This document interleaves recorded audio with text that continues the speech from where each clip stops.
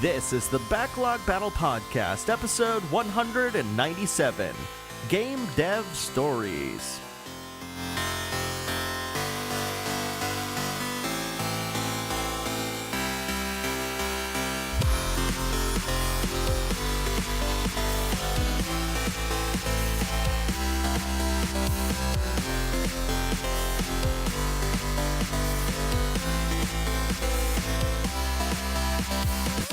Hello, everybody, and welcome to another episode of the Backlog Battle Podcast. This is Alex. Today's going to be a little bit of a chill day, it's just going to be me and Kyle Seeley, who is the creator of Emily is Away, and Emily is Away too. That's a fantastic game that I've actually talked about many times with Anthony, many weeks prior. But before we do that, I kind of want to remind you guys about the Amazon link, which is bit.ly/Amazon Backlog Battle. Again, all one word. It's Black Friday/Cyber Monday this week, and it would be awesome if you guys use this link. I'm sorry, I'm flustered over here. And, again, that is bit.ly/Amazon Backlog Battle, all one word. Or even go to myBacklogBattle.tv and click on Amazon. You get the idea here. Yeah, it's the biggest shopping weekend of the year. Why not take advantage of Amazon's really cool sales? And, of course, use our link so that Amazon knows that we kind of, help them out with their sales and stuff. But in any case, that's all I really want to say as far as the Amazon link goes and stuff. And I want to remind you guys to go to our Discord if you haven't yet, which is bit.ly/BBA Discord. Now, I realize that I'm inundating you guys with a lot of bit.ly links and stuff, and I do apologize. I'm getting ready to basically spend some Thanksgiving with the family and stuff, and I wanted to deliver you guys a very meaty podcast episode. Again, I want to stress that we have somebody who's really awesome here. If you've ever lived through the 90s and stuff and grown up in the 90s and the AOL instant messenger culture, you definitely would want to listen to this episode, because Kyle actually made a game, a really good narrative game that revolves around the 90s culture, and a lot of the decisions that he made in the game and stuff is really, really cool. And again, one of the games is free, which is Emily is Away. And if you want to buy the sequel, Emily is Away 2, it's available on a whole bunch of platforms. Just go to emilyisaway.com to find all of them. But in any case, I've sold you guys. I hope I've sold you guys on Kyle, because he's a really awesome dude. We talked about Super Mario Odyssey and all that stuff, or rather, we're going to be talking about that sort of thing. So anyways, let's bring Kyle in, shall we? Hey, Kyle, how's it going, dude? Good. How are you, Alex? Pretty good. Just like I said before, man, I was rushing for lunch because I was like, oh my gosh, I have an interview in about 30 minutes. But before we actually begin with, the show proper, I just want to kind of thank you for the opportunity to be able to interview you. I don't know how busy you are, but I know that Emily is Away. 2 is out, has been out, but I don't know if you're still patching that or working on anything else, but I'm pretty sure you're a very busy guy. So thank you very much for this opportunity. Well, thanks for having me. I'm really happy to be here. Yeah, no problem, man. So, one of the things that I always kind of start off with the show is kind of asking you how you got into video games and stuff, because I think that that's actually really important to contextualize that sort of thing. So care to tell us what was the game that hooked you and how you got into this beautiful magical world of gaming? Yeah. I've always grown up with games. The N64 was my first console, so I've grown up kind of in that era, and I've been playing games my entire life. Mm-hmm. And kind of in high school, I kind of realized you could do it as a job. And so I applied to some places to go to college for games. And I went to RIT for game design and development. But kind of to that point, I'd just been a console gamer, just playing whatever is the biggest thing or coming out every year. But once I got to college, I kind of opened my eyes to indie games and all this weird stuff that other people were doing. And then I kind of really fell in love with making games, kind of wholesale. So I kind of lucked out because I kind of don't know if I would have loved being like a AAA studio kind of person. But once I found indie games, that was a real calling to me. Like, oh, you can actually do this, and you can have your own creative ideas and stuff, and make your own stuff. That was pretty cool. Yeah, I find like independent games, you know, depending on like the scope, right? Like you could be as deep as you can and kind of almost completely remake like a whole genre of games into your own right, like Stardew Valley or something like as simple as, I don't know if you've heard of the game, but Katawa Shoujo, which is like a visual novel game. Have you heard of that? I haven't heard of it, no. Okay, since I mentioned it, I better like just explain what it is. Yeah. So it was actually a visual novel game made by some people in 4chan. So you're essentially dating different girls who have different handicaps. So it's a visual novel game about dating handicapped girls, which sounds really weird, but there's a point to this, and I hope you get this. The engine that they use is actually a free engine called Ren'Py. And I actually like kind of did a little bit of personal digging into it, and I thought to myself, with how easy the engine was to learn, that I could like quickly make like a good visual novel game, because it's a very, you know, story focused kind of genre. Of course, several years later, I still haven't made the game that I wanted to make, but you know, that's a story for another time, I suppose. But so that's really interesting, though, that that was the kind of, you know, exposure that you had with independent gaming and stuff. Like, do you still remember like the names of the games that you've seen that, you know, kind of proved the fact that you don't need many like, you know, hours or even years to make an independent game and stuff? Oh yeah, absolutely. I mean, when I was a freshman in college, I think I played a bunch of stuff.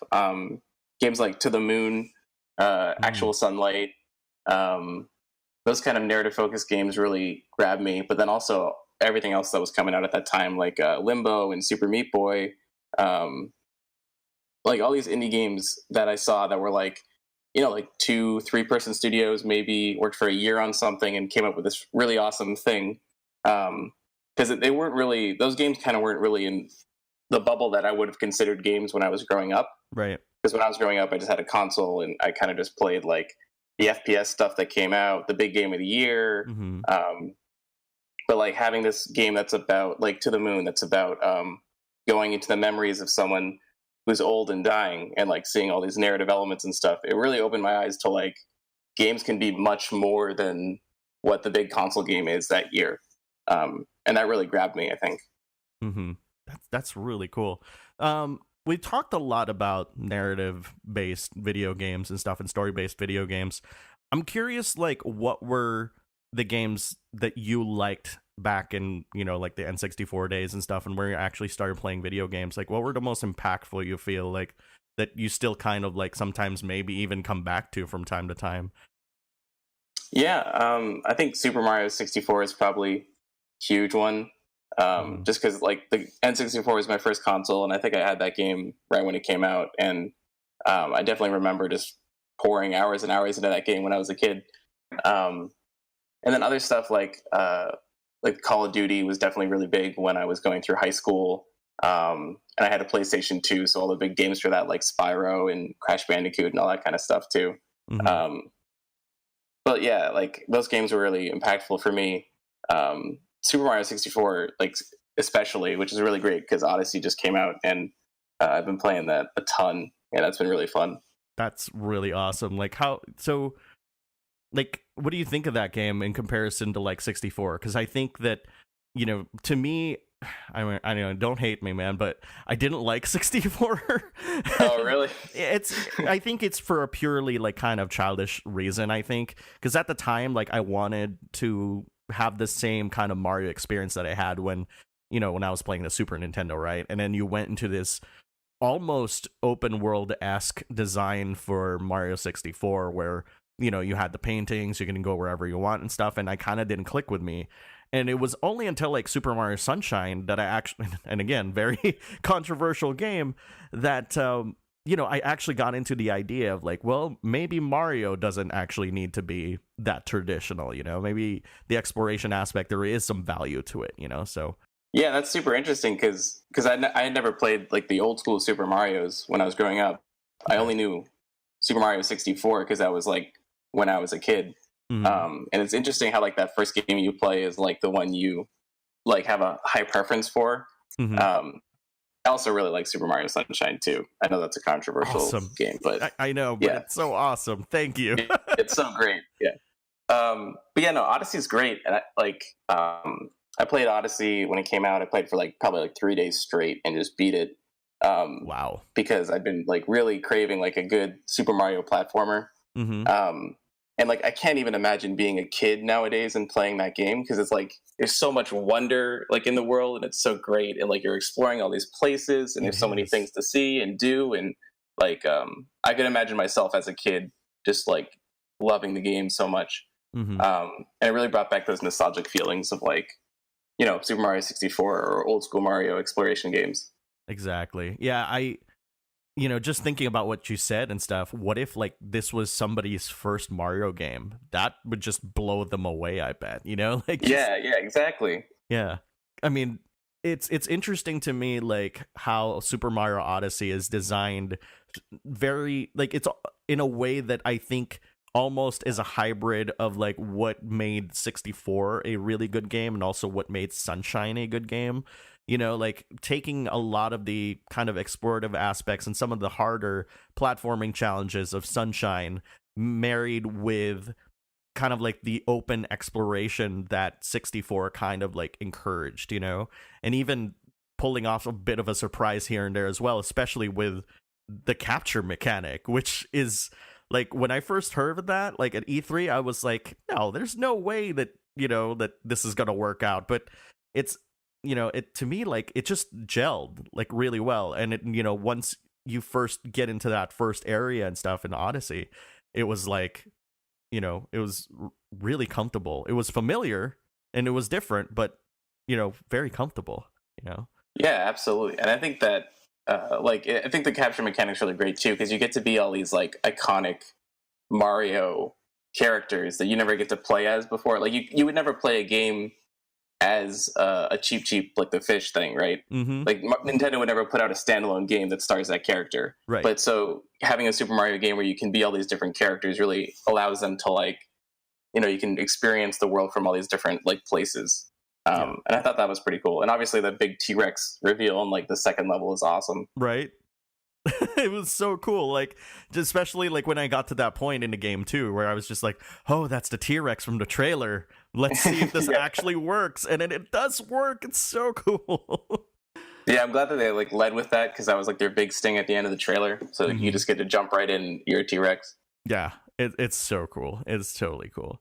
So another thing that I find really interesting about the design of Odyssey, and I don't, you know, is the fact that it has like this interesting kind of emergent gameplay that comes in with like, you know, capturing the enemies and stuff. And then of course the kinds of tools that you're able to use just by adding Cappy as another, you know, kind of like tool to be able to, I don't know, like maybe extend your jump, you know, make your jump higher, you know, it's really crazy. And, you know, it kind of reminds me of The Legend of Zelda Breath of the Wild, you know, like they create like this, you know, this rule set that the world kind of like just, you know, kind of adheres to. And you would think that it wouldn't work, right? But somehow it all kind of gels together, you know. Have you played Breath of the Wild, by the way? Oh, yeah, I played way too much Breath of the Wild. Oh, my. That game's so good.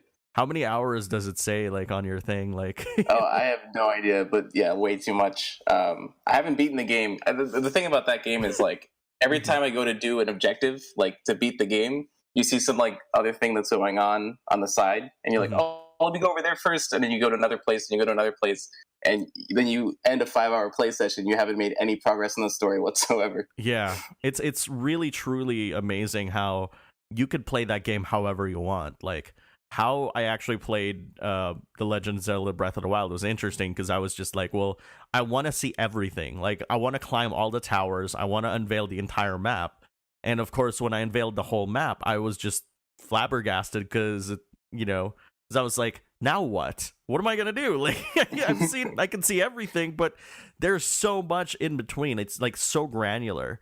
It kind of reminds me of The Witcher 3, but in a different way. You know how in The Witcher 3 there were a ton of different quest lines and stuff like that just are just kind of peppered throughout the countryside, and it's you probably heard of CD Projekt Red talking about how they over-design their games and overbuild quests and stuff. So this shouldn't be a mystery to you. So but I'm interested though. Like, so you've been a console gamer all your life, right? Yeah. So like, how was it when you were growing up and playing FPSs on console? Because during the 64 era, you also had like GoldenEye, of course, right? Like on the 64. GoldenEye's great. Yeah, it is. And then of course right after that is Perfect Dark, and when you actually like think about like the growth and kind of like the evolution of like first person shooters and consoles and stuff, like how was it like struggling with trying to figure out like if you would like an FPS based on their control scheme? Because and the reason why I bring this up is 64 had a pretty good idea of how FPSs should work, right? But there was that nebulous period between that era, right? And then I would say, Call of Duty 4, where people, well, actually, no, let's not go that far. But Halo, right, the original Xbox, where they just didn't know how FPSs worked. So, like, did you ever think, like, maybe, that would be, like, a little thing that you want to design and stuff to figure out, like, how to solve? I think, to be completely honest, I think I was so young at that period that everything, all the new steps, even missteps that might have happened with the control scheme or how they were designed or anything, I just kind of just dealt with. Mm-hmm. Like, I think it's pretty impressive to see, like, I think it's just like a thing with children when you give them like an interface and you teach them how to use it, and then within like 5 minutes they're better at you than the interface.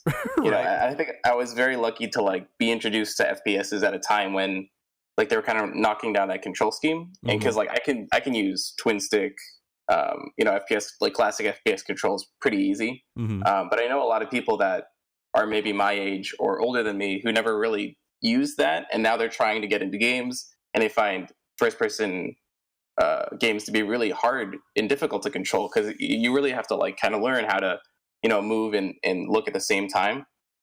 And I think that's something that I was just very lucky with to be introduced to as a child, because that control scheme is kind of just ingrained in me now.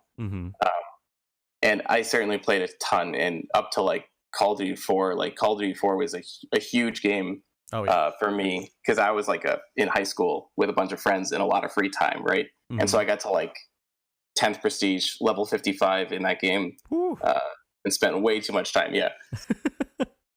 That's still really cool though. Like to me, like it's, man, I don't want to say like how old I am, but like it's interesting, like how living through that era. It's to me, like it's fascinating because I still hear stories of people saying like how, back around the PS2 era and stuff, like there was a strong pushback in the Japanese community of, and refusing to use the right analog stick for anything, and the West was so kind of involved with really creating like fully 3D worlds that it is required to use the right analog stick as a camera, and we just kind of forced the Japanese to kind of adhere to these standards. To me, like it's really fascinating.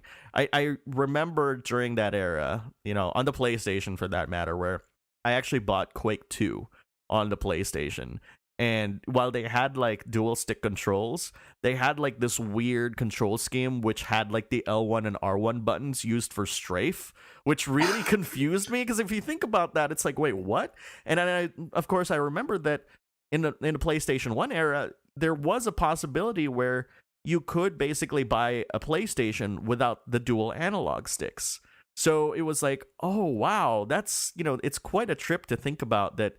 The dual stick setup is now a standard, but then, you look back, around like in the 90s and stuff, nobody even thought about it as like, a possibility. Like one stick, like that's ridiculous. Two sticks, it's crazy. Yeah, and then like another thing, like another holdover from that era is like the inverted cameras. Oh yeah. Like my girlfriend, she cannot play a game unless it has the inverted camera option, because like she was a Nintendo kid for so long, which is the Japanese inverted camera, and then she kind of stopped playing games for a long time.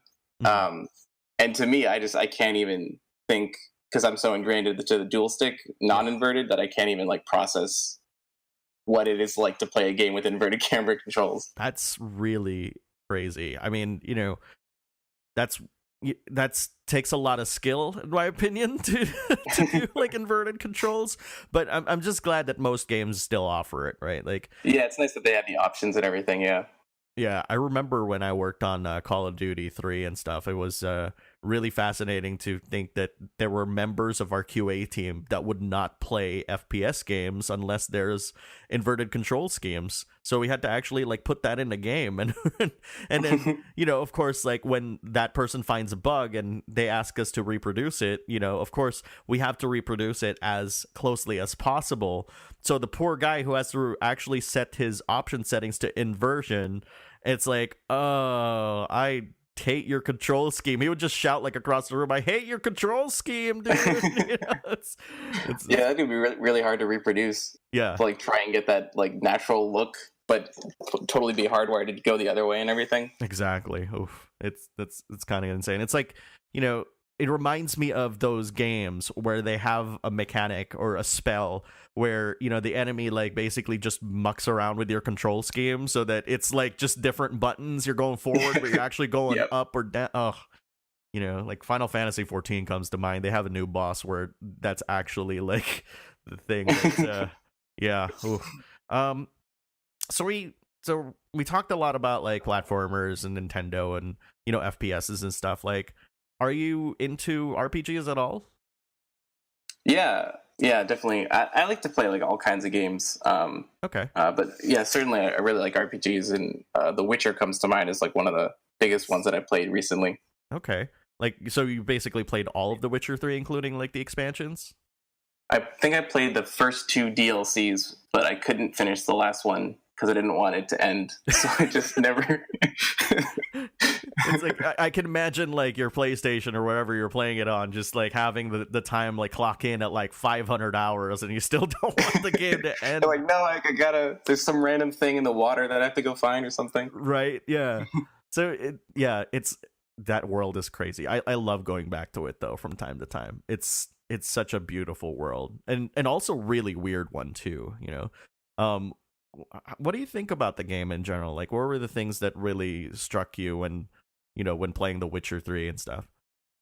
Yeah, I think that what you said, like the world is amazing, and I think that what really struck me from a game development standpoint is how much voice acting and how many quests and like how much stuff they put in that game, because it's insane.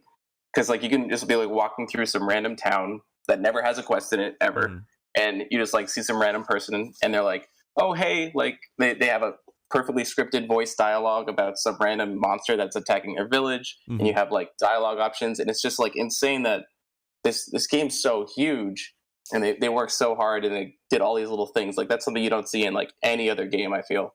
Right. Just because like it takes so much to make a game that big. But it definitely helps with like making the world feel really lived in, and the atmosphere and everything. And I think that's what CD Projekt Red have going for them, like overall, is that commitment to like just making the whole environment feel so real, and like everybody you can go and talk to, and they all have voice dialogue and all this crazy stuff. I totally agree. It's really amazing the kind of detail that they put into the world and their dialogue. And like you said, like I could have sworn that in Velen, the first town, you just kind of ride there randomly and somebody will just start talking about a side quest that you haven't discovered. That's the kind of detail that I really did not expect about The Witcher. And mind you, these are just regular NPCs walking around, right? That just, if you try to talk to them about like the quest or whatever, they won't even be the quest giver. But with further exploration, you just kind of like wound up like, I don't know, maybe there's like a griffin nearby that you have to kill, and you'll just wander into it and start killing it. And little did you know there was a bounty on its head, and now you have another quest. It's right, exactly. It is really crazy. And I don't know about you, but I feel like after The Witcher 3, like, and playing through it and stuff, I don't think I can actually like give Bethesda any passes anymore, because this, I mean, it, you know, how do you feel about Bethesda games? Let's ask that question. I've loved Bethesda games. I think Fallout is like one of the coolest universes to be in, but I do think that Fallout 4 was kind of a misstep for Bethesda, just from a design standpoint. And I'm really into dialogue and narrative and that kind of stuff, and so how they kind of regressed in that area, I feel, kind of sucks. But I think overall, I really like Bethesda games. But in comparison with CD Projekt Red games, they're very different, like, flavors of RPG. But I think, yeah, you have to give it to CD Projekt Red and their commitment to narrative and world building and stuff. It's pretty insane. Yeah, I mean, I kind of go back and forth between Bethesda games, to be quite honest. I love Skyrim. Let's put it that way. Yeah. Like, Fallout 4, I have it, but I think what you said is true. Like, there's something that's kind of pushing me away from that game, you know, and it's not the fact that Liam Neeson is not your dad, okay? Like, I know Fallout 3 is really awesome because of that, but, like, you know, I don't know, like, the dialogue is kind of a little bit flatter than 3. In some ways, and yeah, I think New Vegas is the pinnacle of Fallout games, to be totally honest. Okay, yeah, that's interesting, because like that's not even developed by Bethesda. That's Obsidian. Right, exactly. Yeah, but I think Obsidian did a great job with the narrative in that game and just making it feel like a story you wanted to care about. But yeah, I think Fallout 4 has problems, and I think it's interesting too to look at Fallout 4's RPG system and the leveling up system, because like when you play a game like Skyrim, and I like Skyrim a lot, you can kind of start a new character and you can have like a focus. It really feels like you're a mage or you're a warrior or something, right? But I think in Fallout, everybody just kind of builds to like this mech of everything. They're just like, you know, you're just good at everything. Which I think is a detriment to the series overall, because, you know, you never really feel like you are a character. Yeah. Like, you don't, you know, that's a big part of role-playing games, is kind of figuring out, like, who you want to be in this world. And I think in, like, Fallout 4, especially, you kind of just, like, everything, you know? Yeah, I totally agree. It's, like, to me, like, I sadly never got around to New Vegas, but so many people have told me that New Vegas just sets a new standard in Fallout, and I think that's exactly what happened. Is after New Vegas, people were just kind of expecting 4 to kind of really build upon the things that New Vegas kind of like really almost cemented for the series in a way, like much more so than Fallout 3, I think. And, yeah, absolutely. And it's too bad that, you know, that happened. But hey, who knows? Like, maybe we'll see another, you know, Elder Scrolls game that's not an online RPG. You know, how do you feel about that genre, by the way? Like online, massively multiplayer, whatever and stuff. Like, let's even lump in Destiny with that, because obviously that's like a hot thing these days. Yeah. I mean, I like to play all stuff, so I've definitely dipped my toe into the MMO water and stuff. In games like the Elder Scrolls Online, even, and in the original Destiny, I played a lot of that. And I like them a lot, but I'm not the kind of person that can stay like satiated by one game for a very long period of time, I don't think. Which is what an MMO really wants you to do, is like max level and all this kind of stuff. Yeah. I think eventually I just kind of clock out and I need to find something else. Do you have a favorite like MMO? This'll sound like I might be like advertising Final Fantasy XIV once again, because I feel like every time I get the opportunity to talk about this game, I talk about this game. So let's talk about Final Fantasy XIV. Anyways, so yeah, that is my preferred game is Final Fantasy XIV, and the reason why I like it so much is because it kind of builds upon the design idea of Destiny, where Destiny creates different activities, not necessarily like, you know, like challenges in a way. Like, so for example, just patrols are a different kind of activity, right? That has X number of time, right? A raid is X number of time as well, technically. Like, it's more than 2 or 3 hours or some such. Dungeons are typically about an hour, or strikes, as Destiny calls it. And in Final Fantasy XIV, they kind of take that idea and kind of apply, the Final Fantasy way of designing things, if you will, like on top of it. And what I mean by that is, like, in that MMO, specifically in Final Fantasy XIV, you're not working for a hero, right? Like, in most MMOs, you're kind of like the soldier. You're like a grunt where, hey, there's this raid happening. You should go raid it, with friends or whatever, like 20 of your friends in World of Warcraft's case. But in Final Fantasy XIV, you're not just a guy. You are the warrior of light. You are the most important person in the world.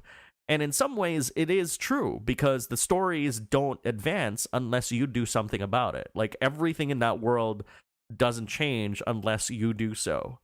So you have that much power as a character. And it's because of that very small change that I feel like it feels more like a single player MMO than anything else, even though, you have to kind of, party up with other people in a way.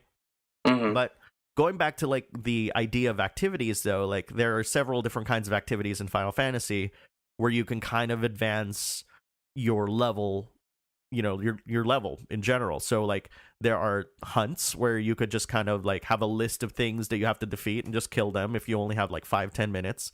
There's side quests, of course. There's a main story quest, which is the main story of the entire game, which actually makes it feel like a single player RPG, right? And also your typical raids and all that stuff. But the thing that's kind of crazy about, casual raids in Final Fantasy is it's probably the most focused casual raids you'll ever find in an MMO. Like, we're talking like a casual raid could be, between 30 to 45 minutes, not hours. It's like literally like 30, 45 minutes, you're done, right? That's awesome. Yeah. And just...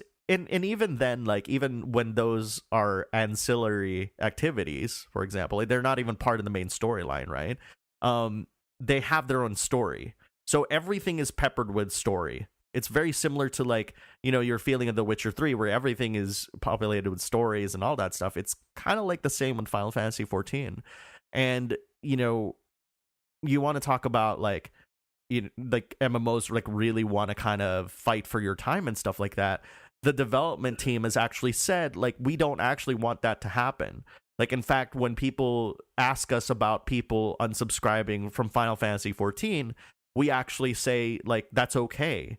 Because when the next expansion comes, everybody comes back, they play the story, and then they unsubscribe. It's like buying a new Final Fantasy, To me, that's kind of like an interesting idea. But anyways, like, there's a free trial if you want to try it. Anyway, I'm gonna just stop. Yeah, no, I think you sold me on it. Okay, great. that sounds pretty awesome. Yeah, because that's one of my big problems with MMOs is they're such a time sink. But to hear a development team that's designing it to not be that, that's really refreshing, I think. Yeah. Anyways, I have preached and espoused the values of Final Fantasy XIV. My listeners are probably like, "Oh God, Alex is talking about Final Fantasy XIV again." Just trying to get those free months from the Final Fantasy.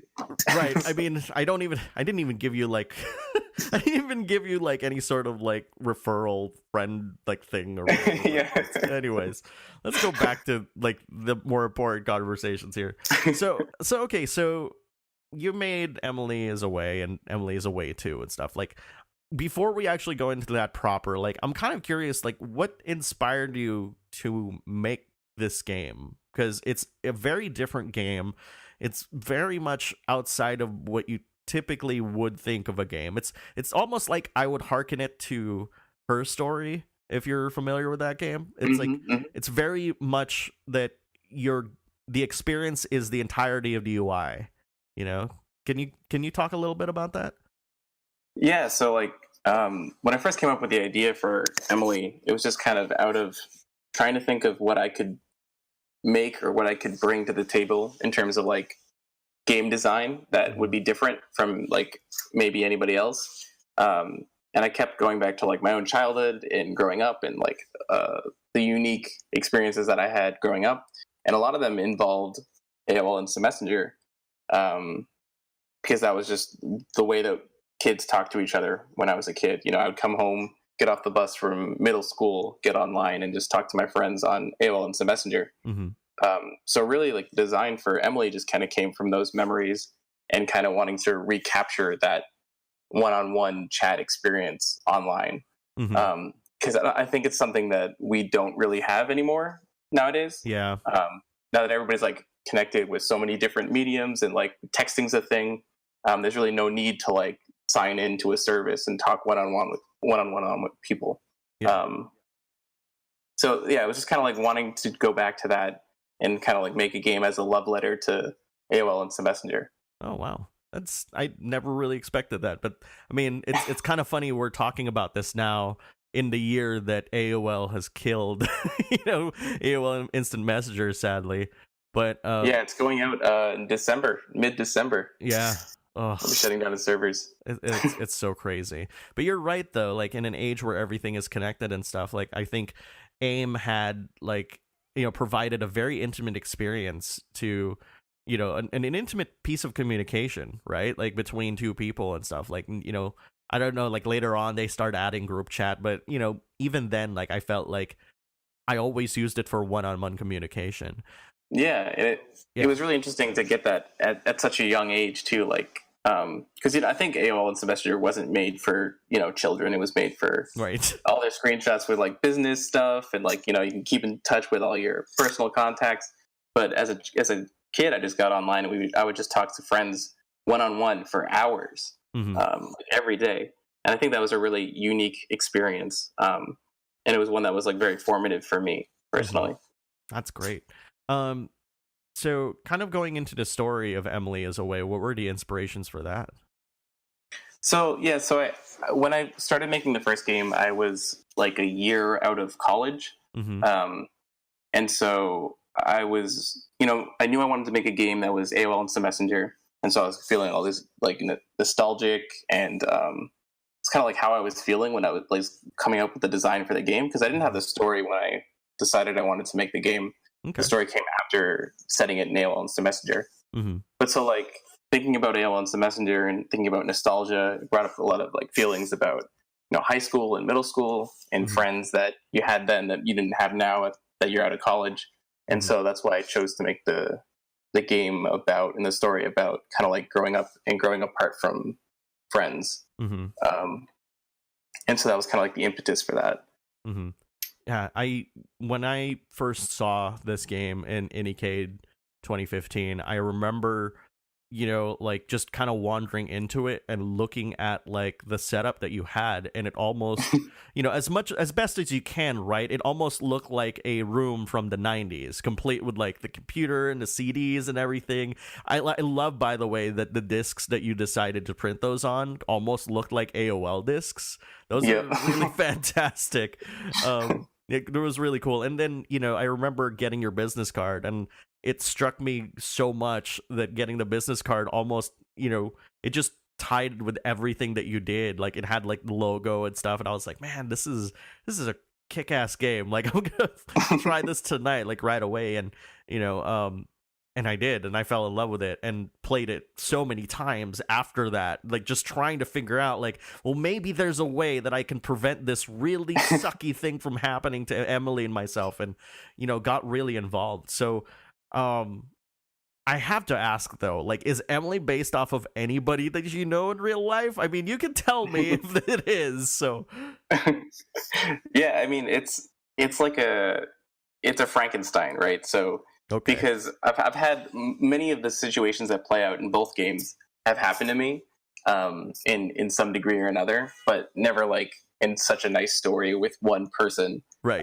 So it's my personal life that's kind of been shoved into one person and told in a really tight storyline. Mm-hmm. So in that way, it's based on my life, but the exact 1-to-1 ratio isn't there. Mm-hmm. Okay. Yeah. I gotta say though, like this is one of those situations where you have to live through it to understand it. But when I was playing Emily, Emily would sometimes say like, hey, I gotta go soon, or we're going to a party or something like that. And I would just kind of like, it added so much almost reality to it that I really thought that I was talking to a real person in a way. Like maybe it's my old age again. Like it's, like living through that era, like certainly feels very different. And, to me, the most fascinating thing about Emily is how organic the progression was for the story. And, as you said, like it progresses through many, many years and stuff.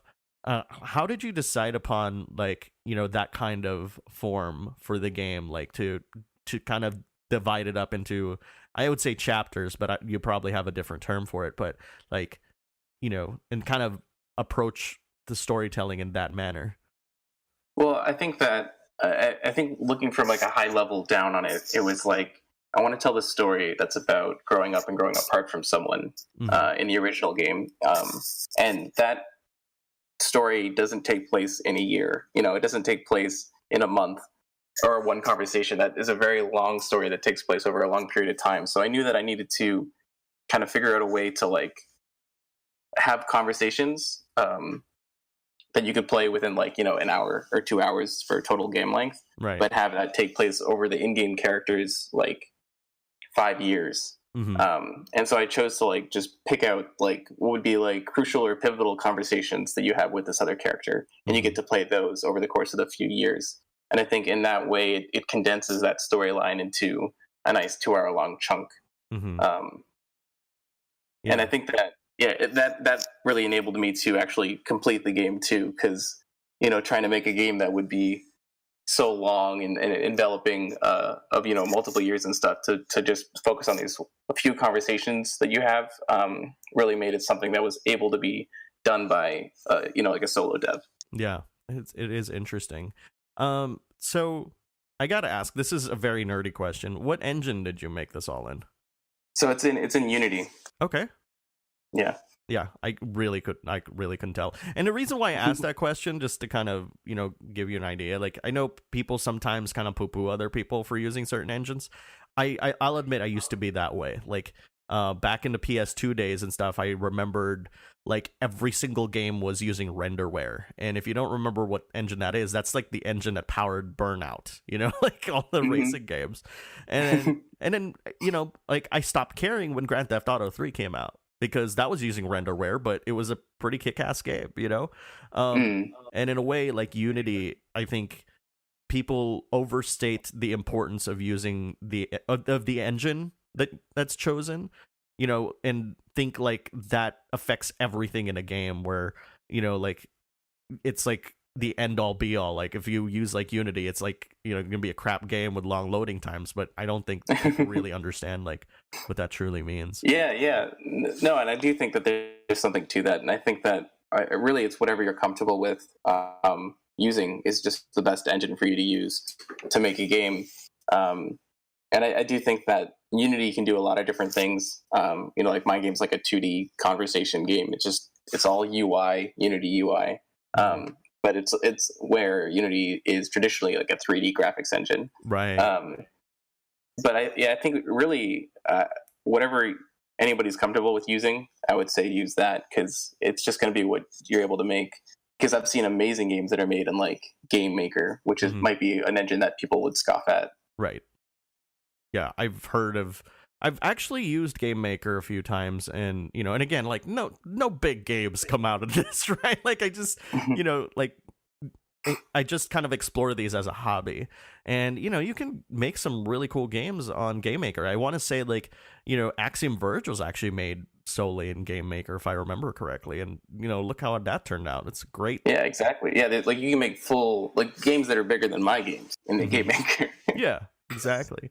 So I'm kind of curious now, because you said that you were obviously exposed to independent games and stuff, and went through college and studied for game development and game design and stuff. Like, what were do you still remember like the kind of games that you made back in college? Oh yeah, they were terrible. Oh man, they're so bad. Why do you say that? Like, what genre were they in?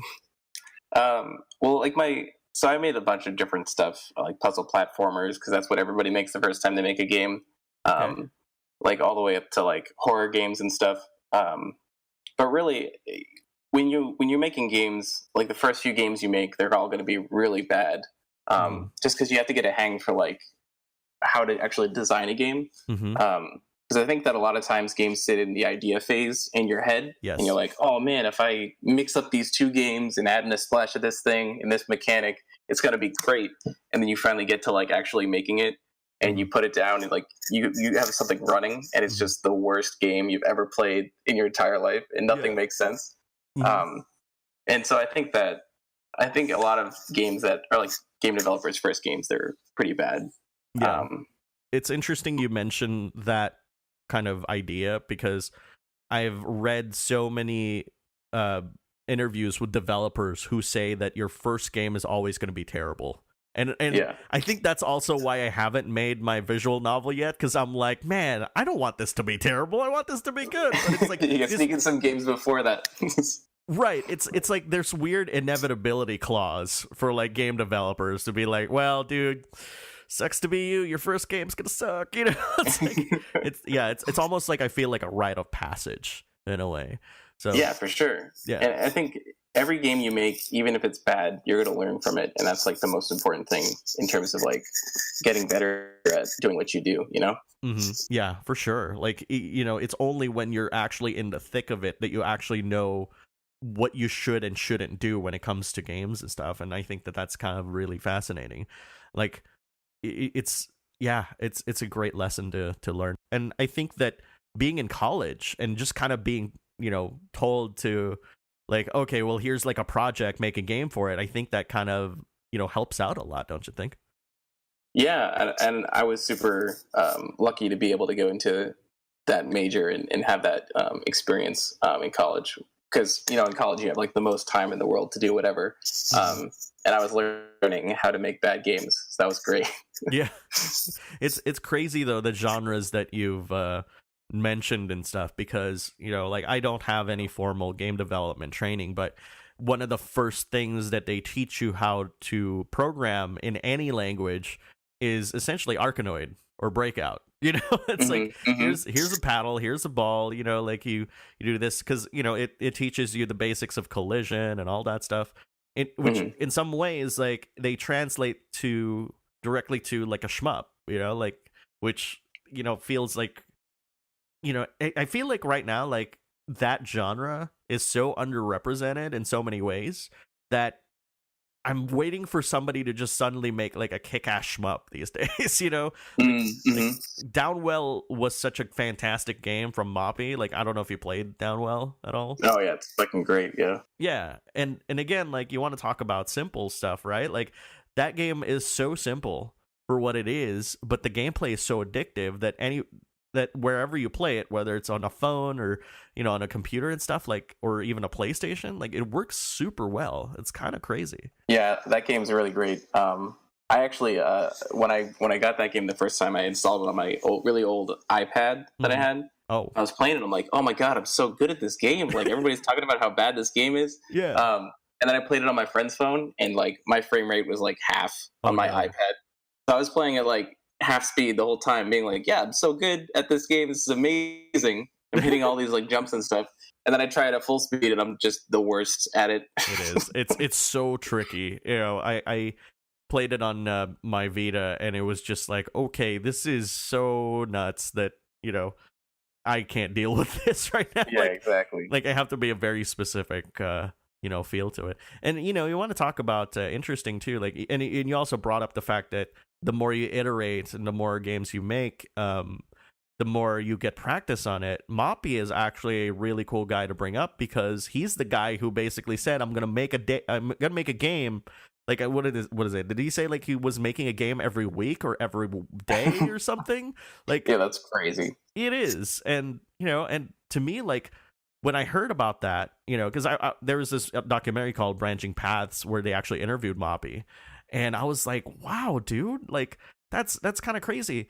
It kind of reminds me of Jonathan Colton, the guy who composed the Portal songs and stuff, where he literally had a goal where he would make a song every week for like 2 or 3 years or something like that, which is a crazy goal. And and you know, as you know, game development's not that easy. And I honestly, like, props to you, man. Like, I always am admirable, like, towards people who can start and finish making games. And it's interesting how, you know, like, you seem to know, like, the proper scope of a game. You know, with Emily, I mean, granted, Emily is Away and Emily is Away 2 are kind of similar scope games, I would think. You know, it has it's very strong and impactful, even though they're kind of nice and tidy and cute in a way of, you know, how small it is. So yeah. I mean, that's like one of the biggest things when you set out to make a game is to get your scope right, because, you know, like I was fully aware that I'm like a one person team, you know, and making a branching narrative game, you can very easily get stuck into the position of, oh man, this story's going to be great. It's going to branch here and here and here, and it's going to have all these different paths and everything. And then you're stuck writing a game for like 2 years that when you actually play it is like 20 minutes. So you really have to be careful of that kind of stuff. Yeah. But again, that just comes with experience. I think that like usually the first game you try to make is way over scope. Yeah. And you're like, oh man, I'll make an MMO. This is going to be great. And it's like, no, this is terrible. Yeah. And your first and if it's your first game, it's probably going to suck, right? Yeah, it's going to suck anyways. It's crazy. So don't make MMOs as your first game, guys. That's like a lesson learned here.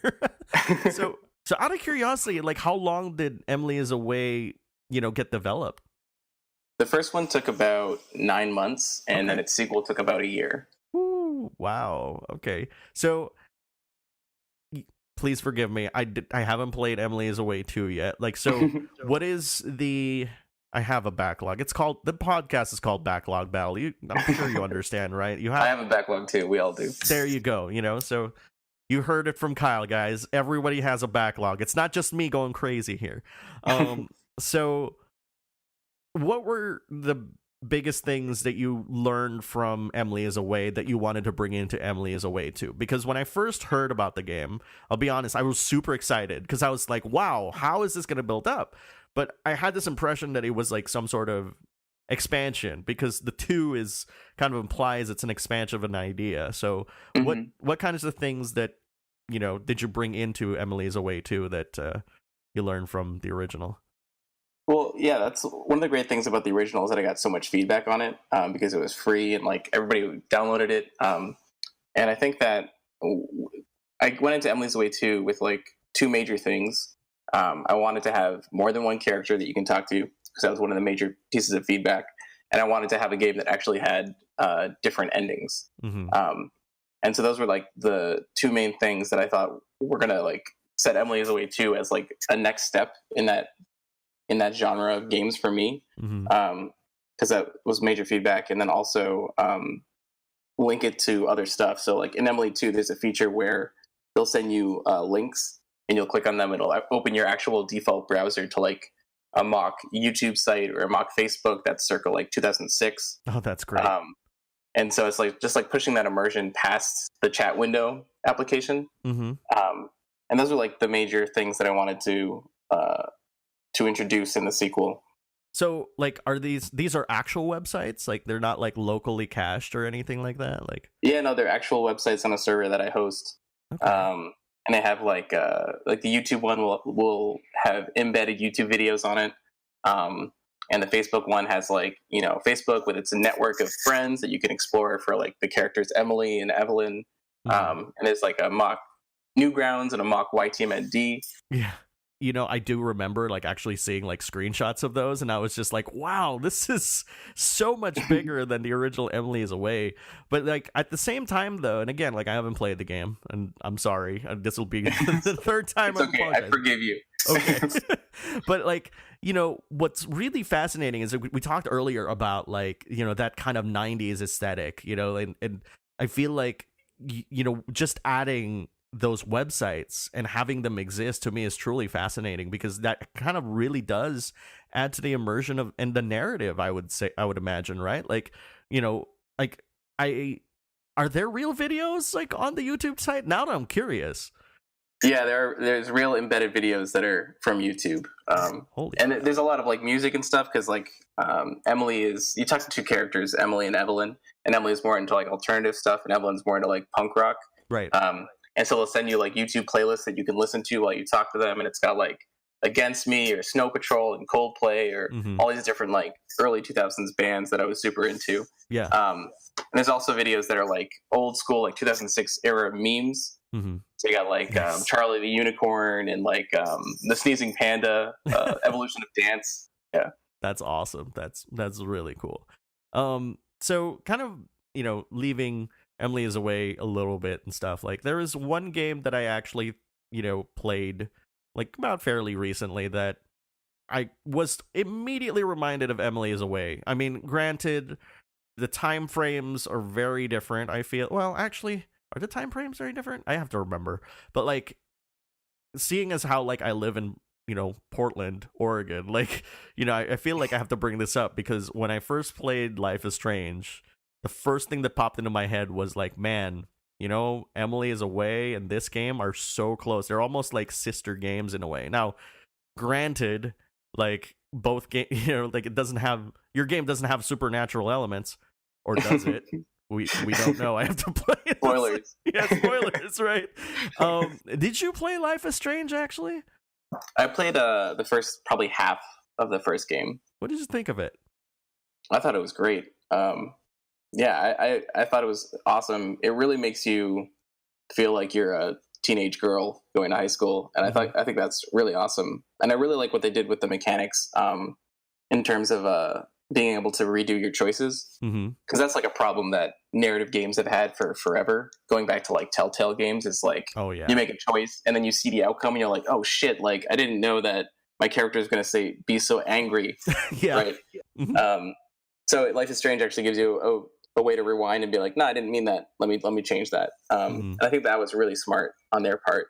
Yeah. But I think they really nailed that aesthetic and that feel of like growing up and going to school. And, I think like what really stands out to me is there's an episode where you start and you're on a bus and you're just listening to music and looking out the window. Yeah. And I think that's like so high school in like the best way possible. Yeah. And it's interesting to me like that both the Emily series, because it is a series now, and Life is Strange, kind of hits those same spots, of like, this is how high school was and stuff. This is how you would talk to people. This is the perception that other people have of you, and in a manner of speaking. And I just couldn't help but think like that. It's almost like, in a way, when I was playing both of these games, both games could coexist in the same world, Oh yeah, because of the way that you guys chose to present it. So, but yeah, like I have nothing but admiration for both like Life is Strange and Emily is Away, by the way. Like I think the biggest thing that I really truly admire about Emily is Away is how well those choices gel into the main kind of flow of the storyline. Like, like the game does acknowledge like that you made a very specific choice and it does address it and stuff. But of course, in the first game, it just kind of like really funnels you towards like this expectation of like, well, as much as of what you do, this is still kind of gonna end like with you both like not.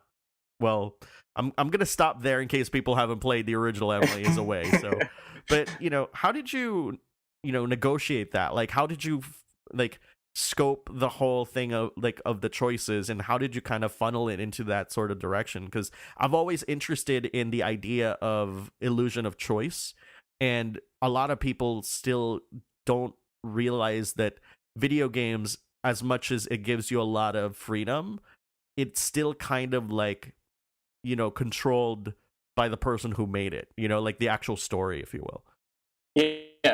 Yeah, and I think, this goes back to what you were saying earlier about scope and stuff, and how I think that a lot of people who play branching narrative games might not even realize that they need to be designed in such a way where there's a central storyline, and you can kind of branch off in certain directions, but those branches will always return to that storyline.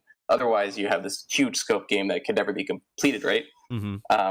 So when making Emily's Away, for me personally, I was very cognizant of that in terms of giving players the ability to make these choices and have their choices respected, like locally, within that chapter and even have callbacks to them in future chapters, but still kind of never derail from the main storyline. Right. And I think what helped a lot with that for me in both of the Emily games was kind of having like an overview of the whole chapter and like what I wanted to accomplish and what I wanted players to feel at the end of the chapter, depending on what branch they're going to go down. Because then I can keep returning to that like mission statement for the chapter and evaluating like all these different branches off it and say like, oh, maybe I'm going a little bit too far into like obscure punk rock references in 2006. Like maybe I should get back onto like this main storyline of like making you feel like your choices matter with Evelyn. Right. That's really cool. That's really awesome. All right, now, okay, so I got to ask this question because I think that, is really important and stuff. Like, how do you, how do you think about, like your games and stuff? And this might be a strange question, but like the way that I see your game is that it's a great kind of, I don't want to say exercise because I don't want to downplay the fact that it is a video game, right?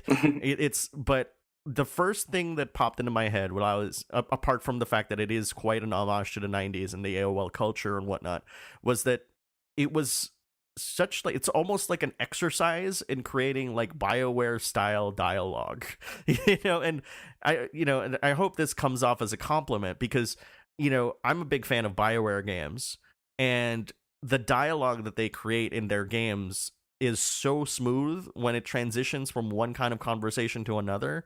And when you loop the conversations, they feel so natural that, that you would think that, yes, a real person would sound like that, like, how would I put this? It's like when you react to dialogue, sometimes like you add modifiers and whatnot and stuff. And oftentimes when something loops around in a video game, like they'll have the modifiers as if like, they were talking to you this whole time, but you just kind of, you get what I'm saying? Like, it's like, this it's very like machine. Yeah. It's very machine like. So to me, like, so aside from looking at Emily as a way as kind of like this homage to like, 90s culture and you're growing up and stuff and your teenage years and stuff, like, do you see it as anything else, other than that, I suppose? Well, I do think that through making these games, I've definitely gotten very good at writing teenage drama dialogue from the early 2000s. In terms of just like, it helps because I grew up in that time period. So like I have a very, like I can remember what I used to say and how I used to react to things and what people would say to me. And like the stupid vernacular we use, like awesome sauce or like, I still like use cool awesome sauce. So. Yeah. So it's like, it's stuff that I grew up through that. So to me, it's very easy to kind of like just write that because it's kind of just writing from memory. But I think that, creating those convincing characters, it really helps to be grounded in that source material of just growing up in that time period, because it is kind of difficult to do that. And in making the Emily is Away games, I've definitely learned a lot personally about how you have to like, structure narrative and structure choices in narrative and stuff, like even down to like, okay, who talks first in this conversation? Like if you say hi first, then you say hi, how are you? Then you're putting like the where do we go now question to the other person. So the other person has priority in that conversation, and just like trying to like think of it down to that like minute details of because you can use those in games to like really make stuff flow way better. Yeah, for sure. And because I was trying to get like a response from you along the same lines of like, well, yeah, this is like my biography or something like biography, because it almost feels like it. And because even though, you lived through the era and you do say that, it's like it's impossible for games to be kind of divorced from the fact that there are some opinions that are being shown on them, right? Like, like for example, like how each of your characters kind of portray themselves, right? It's it's kind of funny because my friends in real life will play this game. Like Emily is aware. This second one, and they'll like screen cap certain stuff that's said by Emily or by Evelyn, and they'll send it to me and be like, "This is totally something to say." And it's kind of weird because like people who know me know how I talk, and like the characters in my games talk kind of the same way that I do, or I would have in that time period. It's kind of weird because you can't ever get totally devoid of the creator. In any of these things. So like all of my games are skewed towards like who I am and how I speak and stuff. Yeah. That's really fascinating to me. And like, hey, it works super well. And for the people out there who are listening, you guys should check out Emily is Away too. And Emily is Away, if is there like any reason why we should go back to Emily is Away? Like, should we play one first before the other, or can I? No, they're totally non-canonical, so that you can play whichever one you like. Okay. Definitely the selling point for the first game is it's free. So yeah, for sure. From a nerdy standpoint, did you add some sort of telemetry to Emily's Away too, so you could be like, hey, they chose this choice more than the others? Did you do that? Yeah, so at the very end of the game, there's actually a stats page you get to see. Nice. And you get to see like your stats compared to other people, and even sources stats from like your friends, so you can see if you have any friends that play the game, like what endings they got versus what endings you got. That's so. What was where was that decision born out of curiosity? Well, I was kind of interested in seeing that as well. So like to keep the stats on it, and also just kind of taking inspiration from a bunch of other narrative games that do similar things. Like the Telltale series comes to mind, and that kind of stuff. Yeah, it's truly fascinating to see like what your friends picked and where you fall in that decision category and stuff. So I definitely get that. It's a weird voyeuristic kind of thing. Yeah, it's like but it's great. I mean, yeah. So would you consider Emily is Away as a series as like an adventure game? Like, what genre would you pin it in? Yeah, I guess so. It's like a choose your own adventure kind of thing. I don't know. It's really weird. Whenever I get this question, I have no idea how to answer it, because a lot of people will say like, "Oh, it's interactive fiction," and I'm like, "Oh, well, it's not exactly that." And then it's a dating sim, and it's like, "Oh, it's not exactly that either." So I don't really know what it is. Yeah. So yeah, I think I don't know. Like I think I'll just leave that the answer to you then, because obviously I didn't make the game, but to me like it was I don't know. I feel like interactive fiction is actually really interesting, and especially like with the things that people are trying to do these days, right? Like, and again, like I brought up Her Story earlier, that was like a game that I didn't expect to really enjoy, I guess is the right word.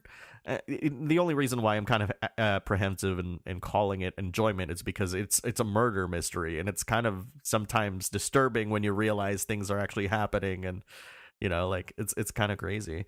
And that's a game that to me is interesting because it doesn't really have an end technically. Like it could just keep going, So, right? Yeah. You decide when you're done with it. Yeah, you decide basically like when you've figured out everything, and that truly fascinates me. And of course the guy who made it and stuff, like I was surprised, by the way, that when I was researching Her Story, that the guy who made it was responsible for Silent Hill Shattered Memories, which is actually, I feel like, one of the better Silent Hill games because of like what it was trying to do. Like, have you played that one? I haven't. No, I didn't know that. Yeah. So he basically directed Silent Hill Shattered Memories with the intention of, well, within the guise of it's like a reimagining of Silent Hill 1.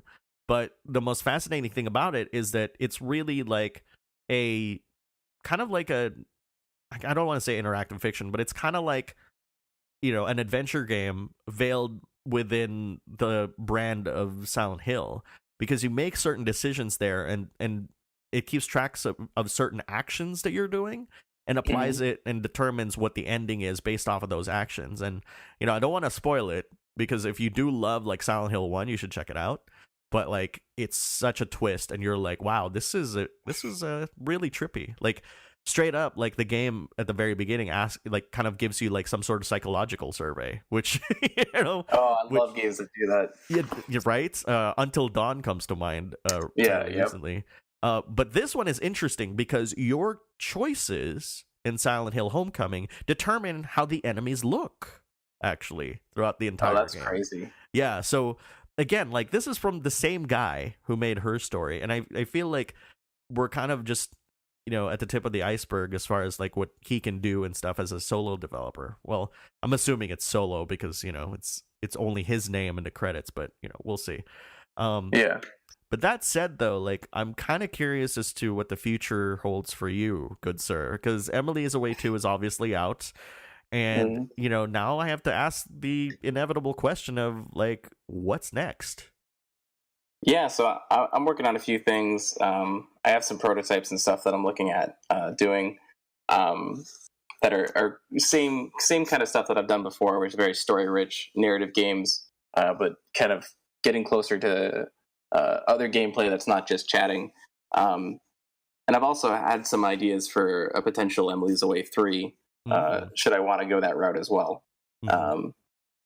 So yeah, it's really just about like getting a bunch of demos and prototypes and seeing what sticks right now. And hopefully something sticks and is really fun.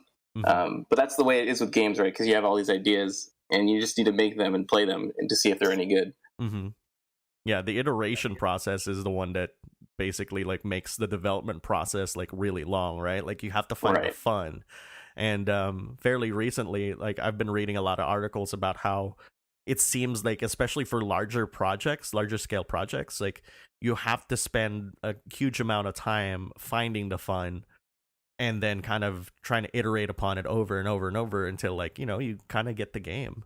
To me, that's really fascinating. And I think the biggest takeaway that I've had, like especially with the conversation I'm having with you right now, is you can make games that don't last for 5 years, like like Stardew Valley. Like it's reasonable to actually like make video games in a very short time frame. I mean, I'll be honest, like I've always wanted to talk to you about like the narrative decisions that you've made with Emily's Away, and now that we've actually talked about it for so much, like I feel like I kind of get a grasp of like like the possibilities, right? Like in this whole genre in a way. Yeah, it's a really cool genre to be in, and like games as a whole is a really cool place to be, I think, right now.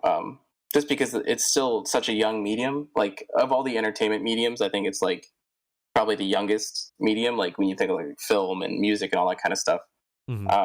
And so what that means is there's just so much room for experimentation.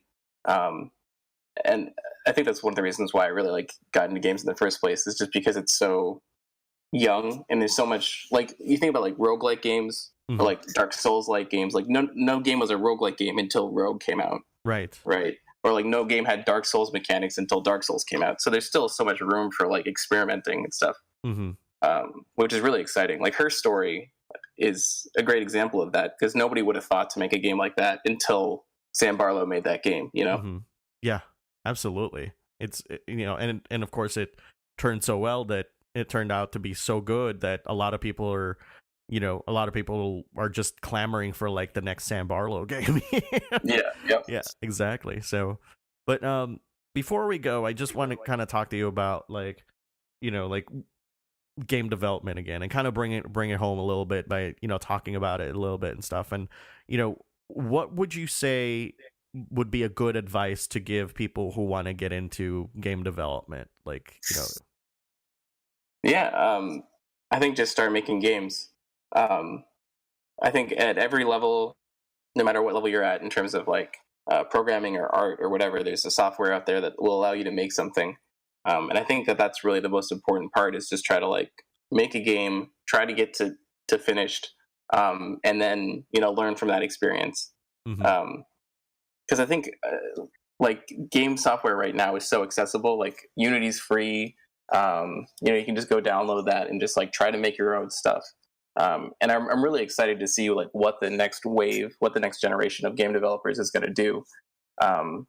In terms of their ideas, because they've processed games as a whole and like the whole industry in an entirely different way than I processed it, because I grew up in the N64 era, right? They might have grown up in, I don't know, like Xbox 360 era. Like that'd be crazy to me, like never playing with like really obtuse polygons and stuff.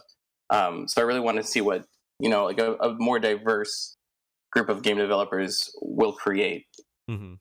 Yeah, I think I'm with you on that, because like it's crazy to think that a lot of these genres didn't even exist when we started playing games. Like, in the same vein, when I started playing games when I was young, we had like, the original Legend of Zelda, for example. Like, we never could have imagined that 3D would work, right? Like, the first example of 3D that I was exposed to was VR, and well, Virtual Boy, for example. Like, I thought like this wasn't gonna work out, and then of course the 64 comes out, and Final Fantasy 7 comes out on the PlayStation, and somebody nails it. And not even we even didn't even mention like VR, right? Like, it's such like a young kind of market and industry that while people are kind of poo-pooing it now, like, there's gonna be something that comes out of it, especially with how those parts and those accessories that get really cheap to make.